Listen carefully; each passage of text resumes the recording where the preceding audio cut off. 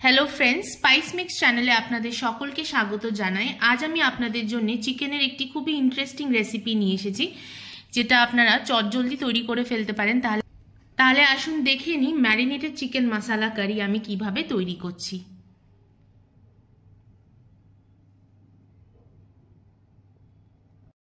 এখানে আমি 1 kilo chicken নিয়ে নিয়েছি। চিকেন আমি ধুয়ে খুব ভালো করে পরিষ্কার করে নিয়েছি আর জলও ঝরিয়ে নিয়েছি। এতে এবার ম্যারিনেশনের জন্য আমি এক এক করে উপকরণ দিয়ে দিই। এখানে নিয়েছি একটা গোটা লেবুর রস দিয়ে দিলাম। এখানে রয়েছে আদা রসুন বাটা। এখানে 2 চামচ আদা বাটা আর 2 চামচ ভরে রসুন বাটা নিয়েছি, পুরোটাই দিয়ে দেব। আর এইখানে রয়েছে 2টো মিডিয়াম সাইজের পেঁয়াজ, আমি এইভাবে করে কেটে নিয়েছি। আমি কিন্তু স্লাইস করে কুচাইনি, আমি একটু এইভাবে করে ডুমু ডুমু করে কেটে নিয়েছি, পুরোটাই দিয়ে দেব। আর এতে আমি কিছু শুকনো মশলা নিয়ে নিয়েছি। রয়েছে 1 চামচ হলুদ গুঁড়ো, 1 চামচ লঙ্কার গুঁড়ো, 1 চামচ কাশ্মীরি লাল লঙ্কার গুঁড়ো, 1/2 চামচ রয়েছে গরম মশলার গুঁড়ো, আর 1 চামচ ভরে নিয়েছি ধনে গুঁড়ো, আর স্বাদ অনুযায়ী 1 চামচ নুন, এটাও দিয়ে দেবো।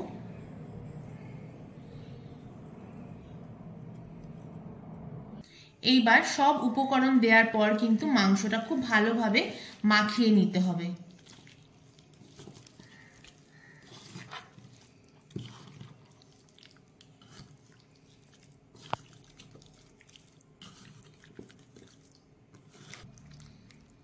দেখুন মাংসটা আমি মশলা দিয়ে খুব ভালো করে মাখিয়ে নিয়েছি।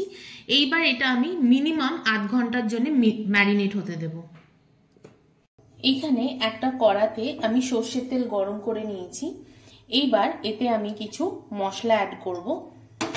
প্রথমেই দিয়ে দেব 2টো তেজপাতা, আমি মাঝখান থেকে এইভাবে করে ভেঙে দিচ্ছি। রয়েছে 2টো শুকনো লঙ্কা, আর 1 ইঞ্চি নিয়েছি দারচিনি, 2টো এলাচ আর 6টা লবঙ্গ দিয়ে এটা 30 সেকেন্ড মতো এইভাবে করে হালকা নাড়াচাড়া করে নেব। 30 সেকেন্ড এইভাবে করে হালকা নাড়াচাড়া করে নেওয়ার পর এতে দিয়ে দেব টমেটো কুচি। এইখানে আমি একটা বড় সাইজের টমেটো এইভাবে করে ছোট ছোট করে কেটে নিয়েছি। টমেটো দেওয়ার পর এতে সামান্য নুন অ্যাড করব, যাতে করে টমেটোটা তাড়াতাড়ি নরম হয়ে যায়। আর হালকা এভাবে করে খানিকক্ষণ নাড়াচাড়া করে নেব, যতক্ষণ না টমেটোটা একটু নরম হয়ে যায়। টমেটোটা দেখুন ফ্রাই হয়ে গেছে আর নরমও হয়ে গেছে। ঠিক এই সময় এতে ম্যারিনেট করে রাখা চিকেনটা এতে দিয়ে দেব।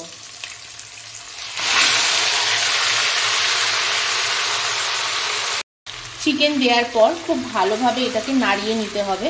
আর যেহেতু আমি ম্যারিনেশনের সময় সমস্ত মশলা দিয়েই ম্যারিনেট করেছি, তো এই মুহূর্তে এতে কিছুই লাগবে না। এবার চিকেনটা নাড়িয়ে খুব ভালোভাবে কিন্তু কষিয়ে নিতে হবে। ফ্লেমটাকে আমি এখন হাই রাখবো খানিকক্ষণ, তারপরে মিডিয়াম ফ্লেমে রেখে খুব ভালোভাবে আমি কষিয়ে নেব।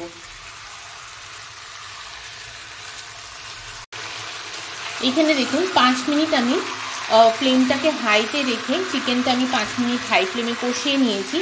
এইবার ফ্লেমটা মিডিয়াম ফ্লেমে রেখে চিকেনটা ঢাকা রেখে আমি কষিয়ে নেব। এখানে ঢাকা দিলাম, এটা আমি আরও 10-12 মিনিট কষিয়ে নেব। 10 থেকে 12 মিনিট পর এবার আমি ঢাকনাটা খুলবো।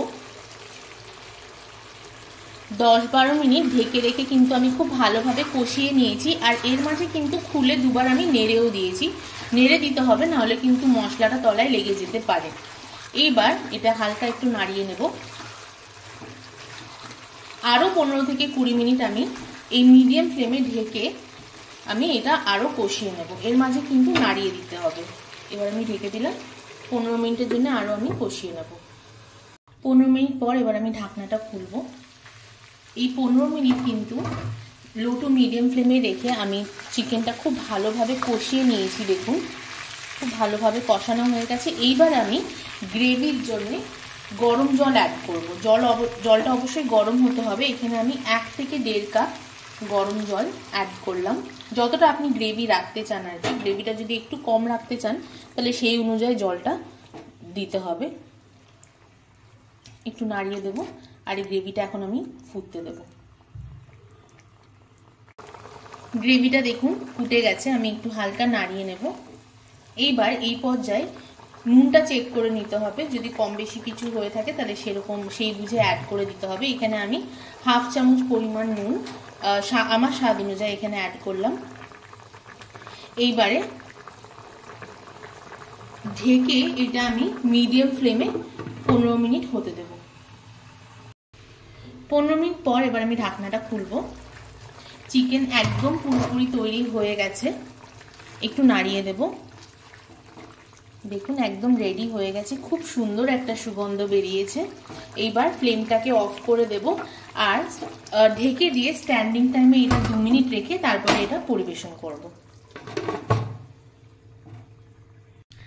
আমাদের ম্যারিনেটেড চিকেন মশলা কারি পরিবেশনের জন্য একদম রেডি। তাহলে এই রেসিপিটা কেমন লাগলো অবশ্যই আমাকে কমেন্ট করে জানাবেন। ভালো লাগলে কিন্তু লাইক শেয়ার সাবস্ক্রাইব করতে ভুলবেন না।